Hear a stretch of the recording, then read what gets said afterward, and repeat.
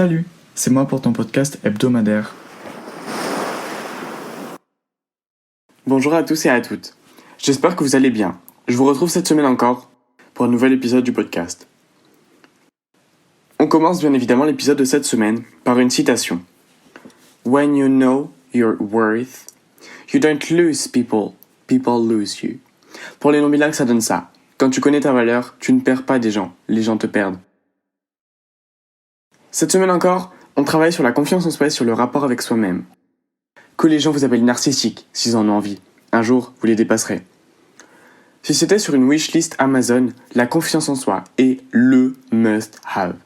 Le number one marqué en gros avec plein de flèches autour.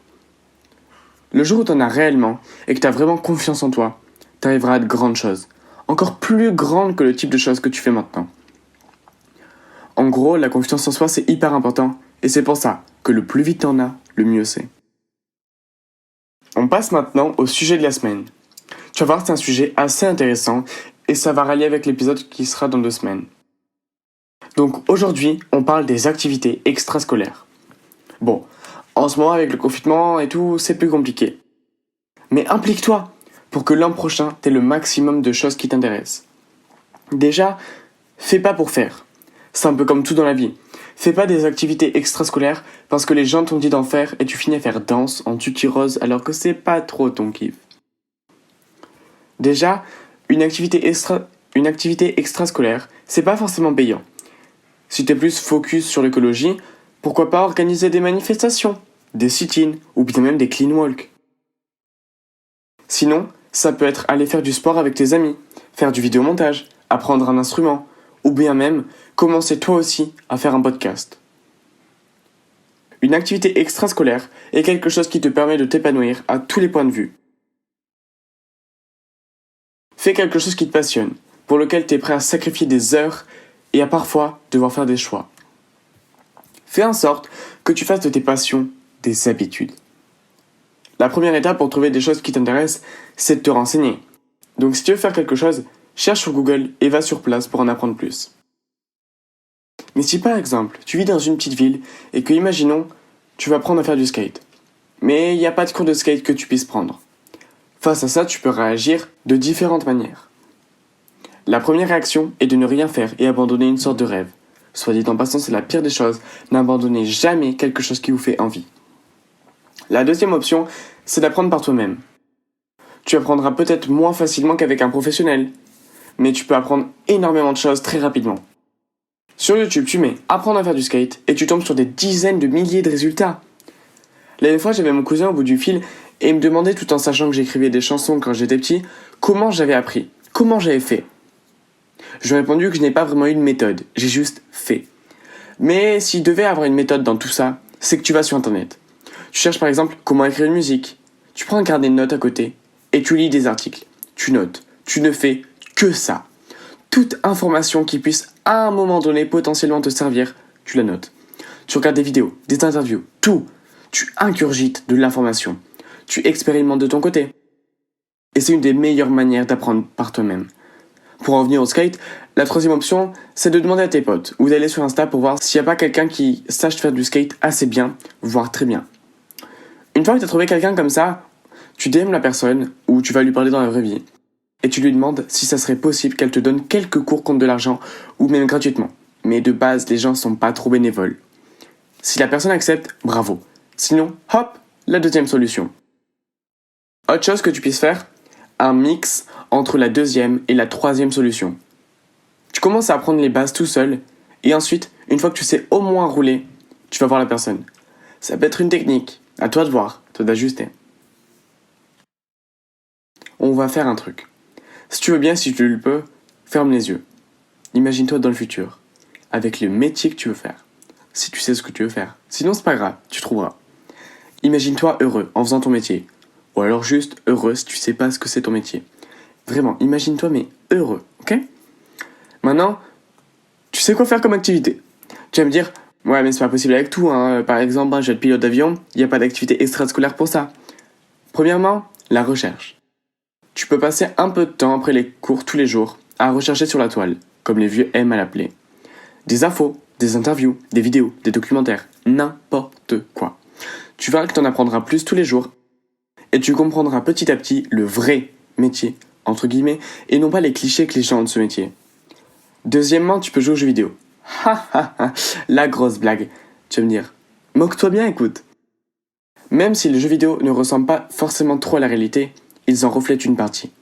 Il existe plein d'entreprises dans lesquelles les employés passent par la réalité augmentée pour apprendre ou même pour travailler. Voici une petite liste exhaustive de tous ces lieux qui peuvent être féeriques pour certains ou diaboliques pour d'autres à cause des jeux vidéo. Premièrement, les entreprises immobilières pour faire visiter les maisons qu'elles vendent. Elles utilisent des casques de réalité augmentée, donc tu peux un peu appeler ça comme des jeux vidéo, c'est de la simulation. Les auto-écoles, qui pour certaines, donnent des heures de simulation via des jeux vidéo. Les entreprises qui construisent des objets ou autres, certaines utilisent les jeux vidéo ou la réalité augmentée pour voir le rendu final. C'est un peu comme une sorte d'immersion ou de simulation pour voir ce que ça va donner.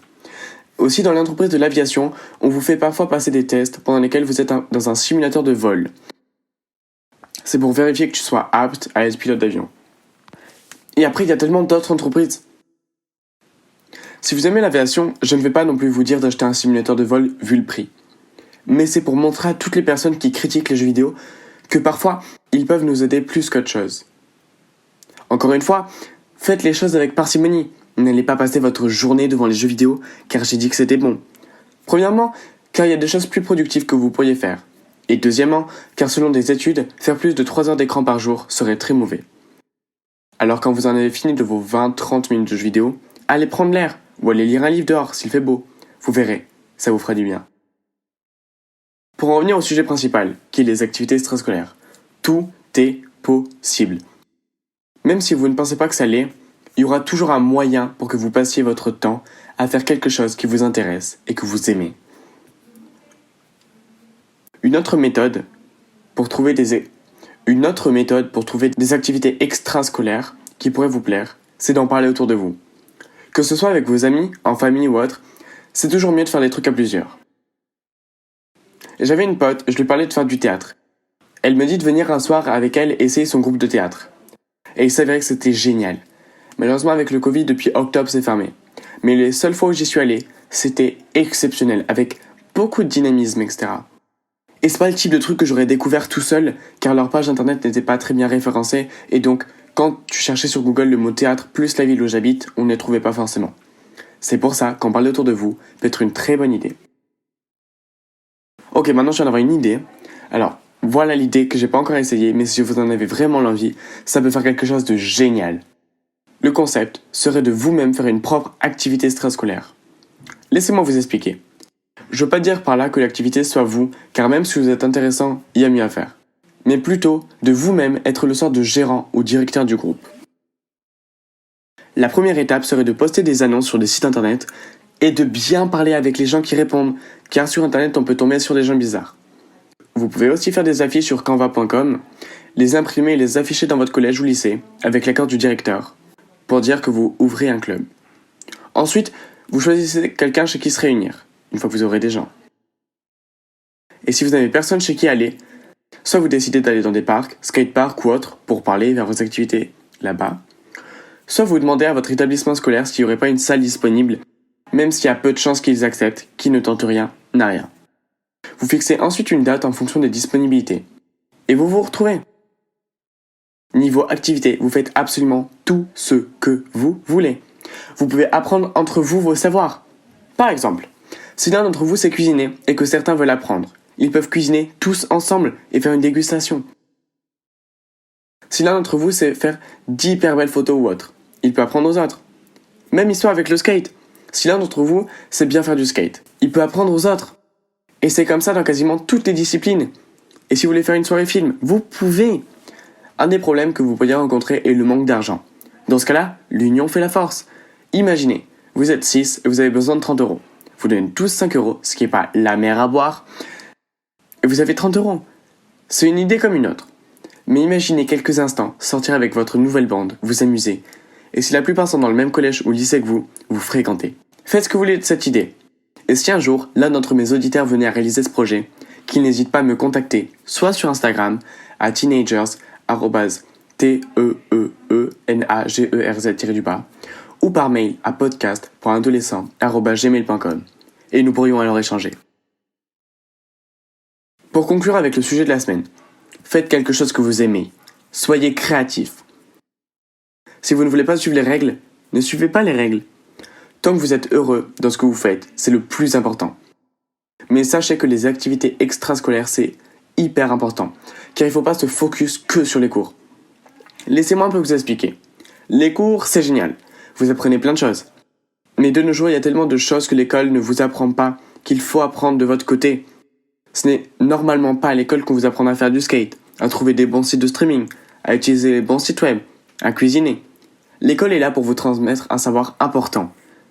Mais n'oubliez pas que important ne veut pas dire unique. En définitive, faites ce qui vous rend heureux et vous serez heureux et épanoui.